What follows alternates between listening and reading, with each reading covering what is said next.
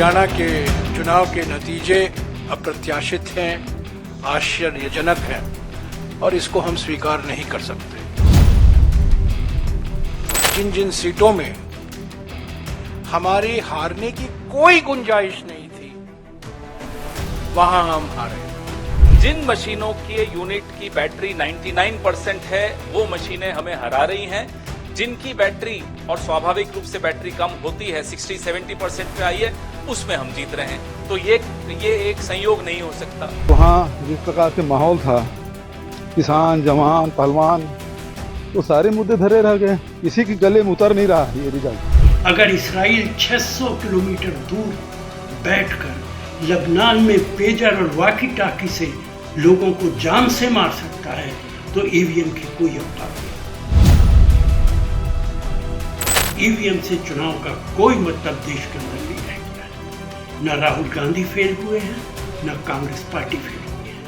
ये ईवीएम का खेल है और ईवीएम ने देश के लोकतंत्र को फेल कर दिया है। हरियाणा में सभी अनुमानों के विपरीत बीजेपी ने हैट्रिक मार ली है। बीजेपी ने 90 सीटों वाली हरियाणा विधानसभा में 48 सीटें जीती हैं और पार्टी तीसरी बार राज्य में सरकार बनाने जा रही है। वहीं 10 साल बाद वापसी की आस लगाए बैठी कांग्रेस को तगड़ा झटका लगा है। पार्टी को इस चुनाव में 37 सीटें ही मिली और वो बहुमत से काफी दूर रह गई। इधर नतीजों को लेकर कांग्रेस ने आरोप प्रत्यारोप भी शुरू कर दिए हैं। कांग्रेस ने प्रेस कॉन्फ्रेंस कर चुनाव आयोग पर आरोप लगाया और कहा कि ये तंत्र की जीत है, लोकतंत्र की नहीं। पार्टी नतीजों को स्वीकार नहीं करती। कांग्रेस नेता पवन खेड़ा और जयराम रमेश ने प्रेस कॉन्फ्रेंस करते हुए आरोप लगाया कि हरियाणा के नतीजे बहुत अप्रत्याशित और इसको हम स्वीकार नहीं कर सकते। सब जगह खड़ा। हमने चुनाव आयोग से आज दोपहर से लगातार शिकायत कर रहे हैं। उनसे जवाब भी आया है, उस जवाब का जवाब भी मैं दे रहा हूं और उसके बाद भी 3 या 4 जिलों से बड़े गंभीर शिकायत आए हैं। वो सब कल या परसों हम चुनाव आयोग के सामने पेश करेंगे। पर मैं फिर से दोहराना चाहता हूं, हरियाणा के चुनाव के नतीजे अप्रत्याशित हैं, आश्चर्यजनक हैं और इसको हम स्वीकार नहीं कर सकते, क्योंकि ये लोकतंत्र की हार हुई है और तंत्र की जीत हुई है। इसके ऊपर मैं आज कुछ नहीं कहूंगा। जब हम सारे शिकायत इकट्ठा करके चुनाव आयोग से समय मांगेंगे, हम उम्मीद करते हैं कि वो समय हमें मिलेगा। कल या परसों तक हम उम्मीद करते हैं कि हम चुनाव आयोग के सामने एक विस्तार से जो अलग अलग जिलों से, अलग अलग असेंबली कंस्टिट्यूएंसी से शिकायतें आई हैं, कुछ आज हमने इलेक्शंस कमीशन के सामने रखा था, पर और भी हैं और बड़े गंभीर मुद्दे हैं ईवीएम को लेकर। और जिस तरीके से एक माहौल पैदा करने की प्रयास की गई, दबाव स्थानीय अधिकारियों पर लाया गया और जहां जिन जिन सीटों में हमारी हारने की कोई गुंजाइश नहीं थी, वहां हम हारे। मैं समझता हूं ये नतीजा लोक भावना के खिलाफ है, जो जमीनी हकीकत है और सभी ने ये हकीकत को महसूस किया है। ये नतीजा उसके खिलाफ जाता है। अजीबोगरीब तब होता कि जब हम कहते कि नहीं साहब सब जगह खराब है मशीन। हम पूरे हरियाणा के लिए भी नहीं कह रहे कि सब जगह खराब है। हम नारनौल असेंबली का ही अगर आपको उदाहरण दें तो साफ, और ये कोई कोइंसिडेंस नहीं हो सकता, साफ सामने दिखता है, आंकड़े हैं, सब मशीनें सामने रखिए। जिन मशीनों की यूनिट की बैटरी 99% है, वो मशीनें हमें हरा रही हैं।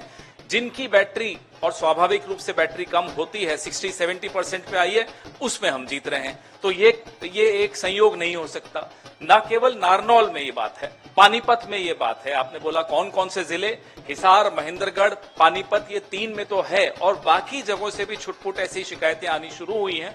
रात तक जितनी भी शिकायतें इकट्ठी होंगी, कल तक जितनी इकट्ठी होंगी, फिर जैसा कि जयराम रमेश जी ने कहा, हम चुनाव आयोग तक जाएंगे। तो हमने कभी भी ऐसा नहीं कहा कि भाई पूरा ये सारी मशीनें खराब हैं। हम तो हरियाणा के लिए भी नहीं कह रहे कि सारी मशीनें खराब हैं, लेकिन जहां जहां हस्तक्षेप हुआ है वहां की बैटरी 99% है। आप मुझे बताइए, इतने दिन से मशीनें पड़ी हैं 99% और सबकी स्टैंडर्ड, सबकी 99% कैसे हो सकती है? और जिनको नहीं छेड़ा गया उसमें कोई 60% है। इधर रोहतक में मीडिया को संबोधित करते हुए हरियाणा के पूर्व मुख्यमंत्री भूपेंद्र सिंह हुड्डा ने कहा कि लोकतंत्र है, लेकिन तंत्र को लेकर कई बातें हैं, जिसकी हम पड़ताल करेंगे और चुनाव आयोग के सामने उठाएंगे। अब लोकतंत्र है ये, और तंत्र एक अलग चीज होती है। तंत्र का कितना रोल है इसकी जांच करेंगे हम, क्योंकि बहुत सारी सीटें थोड़ी थोड़ी वोटों से आ रहे हैं, हम थोड़ी थोड़ी वोटों से आ रहे हैं, और कई जगह से शिकायतें भी मिली हैं। कहीं बैटरी की शिकायत मिली है, कोई मिली है, और जिस प्रकार से लोडिंग हुई है, मतलब डिले वो हुई है, उसके हिसाब से भी है। लेकिन नहीं आओ, वो हमारे जो है AICC वाले इलेक्शन कमीशन में मिलेंगे, सारी बात कहेंगे, लेकिन इसमें कोई दो राय नहीं। आश्चर्यचकित हुई। क्या बड़ा कारण मानते हैं आप? क्या बड़ा? आपने एक तंत्र की बात कही, लेकिन एक कांग्रेस के अंदर भी एक तंत्र काम कर रहा था। कोई लीडर 6 दिन के लिए प्रचार करने नहीं जाता है, कोई लीडर दिल्ली में बैठ के केवल इंटरव्यू करता है। वो उस तंत्र नहीं, कांग्रेस एकजुट थी। ये तो आप लोगों की बात कहानी थी। अब बीजेपी का तो आप देख रहे नहीं, विद साहब कहीं घर से नहीं निकले, रामविलास जी शर्मा जी टिकट काट दी गई थी, वो तो अलग बात है। देखो, कोई भी प्रजातांत्रिक पार्टी होगी, लोकतांत्रिक पार्टी होगी, मतभेद स्वाभाविक हो सकते हैं, लेकिन मनभेद किसी का नहीं था। साहब, कुमारी शैलजा ने आज सवाल उठाया है कि प्रॉपर कोऑर्डिनेशन नहीं था, तालमेल नहीं रखा गया था प्रॉपर। कुमारी शैलजा ने कहा है कोऑर्डिनेशन रखना किसका काम है? सबका काम है कोऑर्डिनेशन।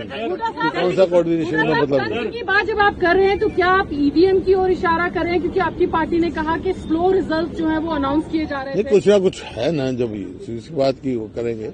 शिकायतें मिली हैं हमारे को कि भाई बैटरी की कहीं 99% बैटरी थी, कहीं 70% थी। इस सबकी शिकायतें उम्मीदवारों ने दी हैं, वो सारी हम उनका करेंगे। हुड्डा साहब, एक जो बात कही जा रही है एनालिसिस के तौर पे कि जो जाट और नॉन जाट में ये चुनाव बट गया और नॉन जाट वोटों का कंसोलिडेशन, पोलराइजेशन हुआ बीजेपी के पक्ष में।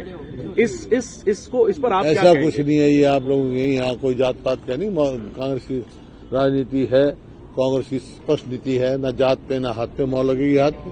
हुड्डा साहब, अब आपके पास क्या ऑप्शन बचता है? अब तो नतीजे सामने हैं, अब ऑप्शन आपके पास क्या बचता है? क्या करने वाले आगे आप? आगे क्या करने वाले हैं? प्रजातंत्र है, जहाँ लोगों ने जो फैसला होगा स्वीकार करेंगे हम। वहीं छत्तीसगढ़ के पूर्व मुख्यमंत्री भूपेश बघेल और कांग्रेस नेता राशिद अल्वी ने तो EVM का मुद्दा जोर शोर से उठा दिया।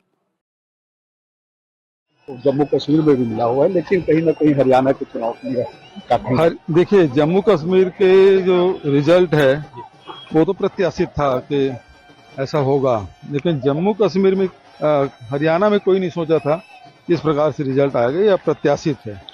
और जहाँ तक के देखेंगे कि जो बैलेट पेपर है, पोस्टल बैलेट है, उसमें कांग्रेस आगे, और जहाँ EVM है वहाँ भाजपा आगे। शुरुआत में कहीं ना कहीं से हरियाणा में जीत रही थी कांग्रेस, लेकिन बाद में जो रिजल्ट आया तो ये देखिए, छत्तीसगढ़ में भी यही ट्रेंड था। शुरुआत में हम जीत रहे थे, बाद में हारे। वही हरियाणा का है, तो शुरू में वहाँ जीत रहे थे, वो बाद में हार गए।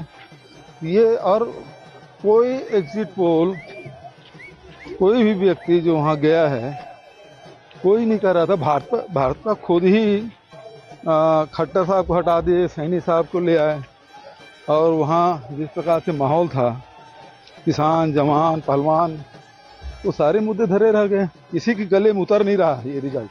हरियाणा के अंदर सारे एग्जिट पोल फेल हो गए, वहां की जनता फेल हो गई। अगर मैं ये कहूं कि लोकतंत्र फेल हो गया तो गलत नहीं होगा। वहां कांग्रेस नहीं हारी है, ये सारा खेल EVM का खेल। और ये बात मैंने इलेक्शन से पहले एक चैनल पर कही थी, आज फिर दोहरा रहा हूं। EVM से चुनाव होगा, भारतीय जनता पार्टी को हराना मुश्किल होगा।